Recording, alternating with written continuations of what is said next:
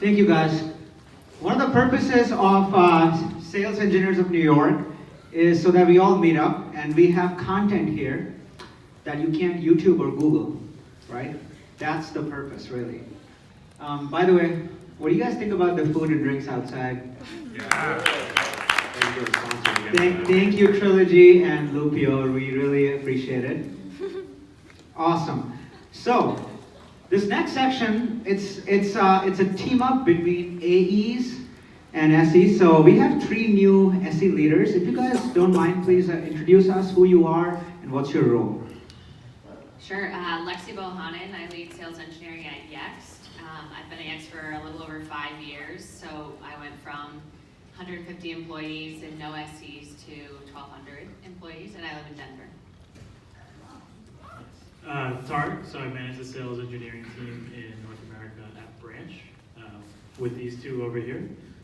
Joined about 3 years ago. So I went from last company, individual contributing engineer to individual contributing sales engineer to team lead to management. So kind of have like a spectrum that I'm sure like a lot of you can share from your experience, and been around for 2 or 3 years. And you guys saw me host before. Owen McLeod, I'm actually a senior solution engineering manager at Salesforce. I manage the East Coast for 2 of our divisions. You already know us. We're on the dark side. All right, sorry, click too fast. So this is how this round works. We have a scenario. The first question is a question to the team AE. We want to give 5 minutes for each question, so you can either everyone speaks or maybe 1 or 2, right? And then we want to have a response from the SE management over there. So the first scenario, your rep calls you and says their SE did not come prepared for an important meeting. Just fire him. I mean, I would just do some discovery. What do you mean by didn't come prepared? What was the actual meeting? Why was it so important? I think that statement doesn't really tell me a whole lot. I think there's 2 sides to every story. So I think that it's not an AE's job to manage an SE. It would be for leadership. So I would take that feedback, and then I would probably work with the SE manager on how to figure that out. So Branch, we are we're actually a tech company that says they're transparent, and we actually are transparent. So I would actually encourage the SE to AE conversation first. Fortunately, I think for the most part, like our SEs and AEs really, really get along, and I think if anything, our AEs like really respect and hold SEs' times as something that's very valuable. And so I'd encourage the conversation first. Whenever there's a conflict, I would say like, hey, I'm happy to jump in and manage this, but like in the future, and like this is a good skill set for you to learn, is like how to manage conflict. It's going to depend based on like the degree of it, but I'd probably encourage the conversation between the 2 of them first before I get involved. Okay. Is that true, Tarek, or you're just gonna agree with that? Yeah, they butter me out. No, I agree with the discovery thing. So you got to understand fully what happened. Like, what was the meeting? How did they not come prepared? We're also transparent in that like we use Chorus to record all our calls and meetings, so I can go ahead and listen to it and find out exactly what went wrong. You also want to understand, is this like a repeating pattern? Like, is this like an issue that stems from something greater? But again, I echo Tay, like feedback and like direct feedback is the best way. So if you encourage that AE to be blunt with that SE, and then do my homework. I think that also builds trust too, right? We heard in the last session, trust is such an important piece of this, and if you don't have a level of trust where you can't have a conversation about feedback and why something didn't go well or to your expectation, you clearly don't have a level of trust, right? So that's a good way to build it. Perfect. We got time, Owen. Do you want to say a couple words? I would definitely ask the SC if they perceived it the same way, and if they did, it's most likely usually a personal issue or something, maybe they're overworked and stuff, because as I think most AEs here know, and sales leaders, like SEs love doing this for a living, so when they're not coming prepared, that usually is a signal of there's something else in their external life that's probably an issue. I think the big question is, how are they instructed to prepare, right? So sometimes that's a lack of communication of, what are we here to talk about? And maybe they weren't prepared because they weren't properly instructed on what the purpose of the meeting is.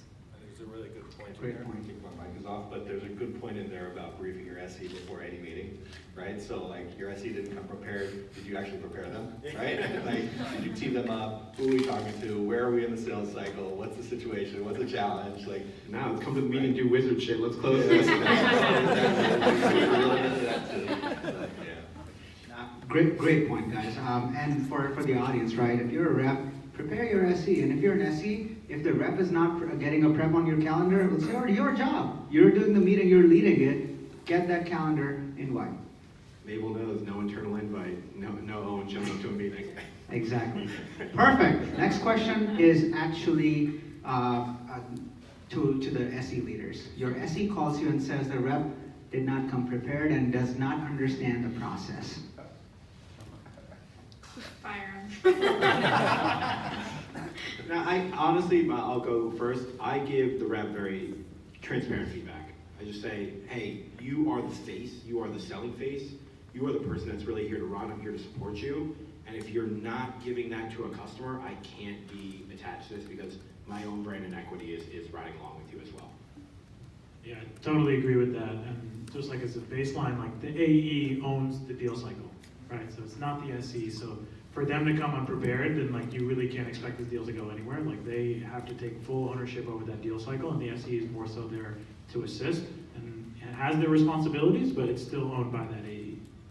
I think for us, I had mentioned this earlier, but we're such a fast-growing company, and with fast growth comes a lot of new hires. And so we talked about enablement earlier, and making sure that new AEs have the proper enablement to get up to speed and be prepared. But at the same time, it's our job to educate those new AEs on how sales engineers function at Yext, because everyone's coming from a different place, and maybe they came from Box where they had 1-to-2 ratio. We don't have that. And so it's our job to make sure that they understand what their role is and how to use the SE, because they're also not, AEs aren't reading our mind and they don't necessarily know the process. I was gonna just kind of unpack the question a little bit. There's two pieces here that we're talking about. There's preparedness and there's process, right? And AE, you need to put food on the table, right? You need to feed your family. You're coming unprepared to a meeting, completely unacceptable, right? That, to me, that's a non-starter. Like, AE is unprepared once, okay, maybe they get a pass. Twice, leaning towards the door, third time, that's it, right? I mean, completely unacceptable. Process is something different. Like, I happen to work in branch. It's a very process-heavy company, right? No offense to people who work in branch, it just happens to be very process-heavy. And so it has taken time for AEs to learn the process, be diligent about the process. So I guess I would just unpack the question a little bit on both sides there. And I think, like, some of my reps, for example, have never really worked with an SE before. So it's kind of on me to explain, and also the SE to explain, like, what really is the process and how should you really leverage them.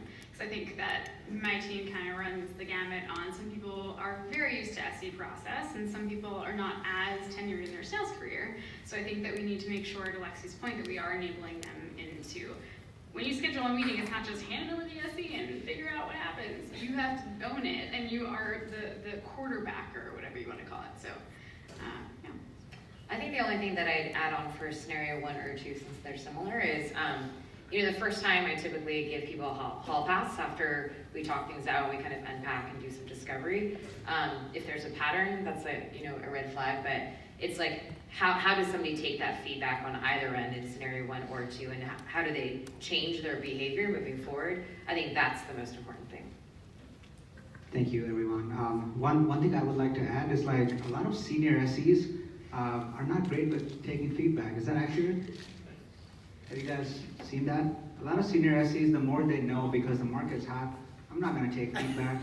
If you're an SE, you have to take feedback, also a rep, but that's just something that's going to move us all forward. The last question is specifically designed for leadership. You guys all are current leaders or have been leaders. This usually happens, right? Your fellow SE or AD leader, so think about if you're an AE leader, your counterpart who's also an SE manager or director, they got moved or they got promoted and now there's a new person that does not have a great internal brand. In other words, open to interpretation, no one wants to work with them, whatever it is. Now, you have a team to lead.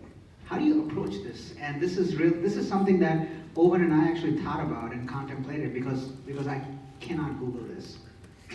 So in your experience, how do you approach this? How do you deal with that? Should the SEs go first? All right, this actually happened to me personally. So I've had so many sales leaders, Salesforce obviously grown. I mean, look at this building. I go and obviously start with a clean slate. I say, hey, like, we're gonna work together, we're gonna do a lot of great things this year, love to see your visions. But then I also test their EQ a bit, I test their emotional intelligence.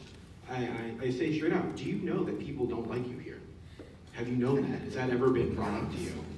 And and it's interesting to gauge their response on it. It really is, to see if they actually understand it. Like, there are ways that you maybe interact internally that rubs people the wrong way. Even though you may be getting promoted, you're going that way, I think it's an important thing to really give them that candor, and again, that feedback. I think a lot of people always think of feedback only in deal cycles or account management. We don't think about the strongest feedback we can give sometimes is how do you, what are your interpersonal skills internally look like for other people as well? I'd say that brands that are dirty can be cleaned, right? So there is opportunity, right? So whether you have an internal brand right now that's sour, or you've built poor relationships with people, it can be fixed. And so I think Tay's point about feedback and how somebody reacts to feedback was a really important one here. You can give constructive feedback, and then if you see that that feedback is taking, you can rebuild a brand. And so if that person gets the feedback, doesn't change their behavior, and the brand isn't working its way towards the brighter side, then there could be an issue or another conversation.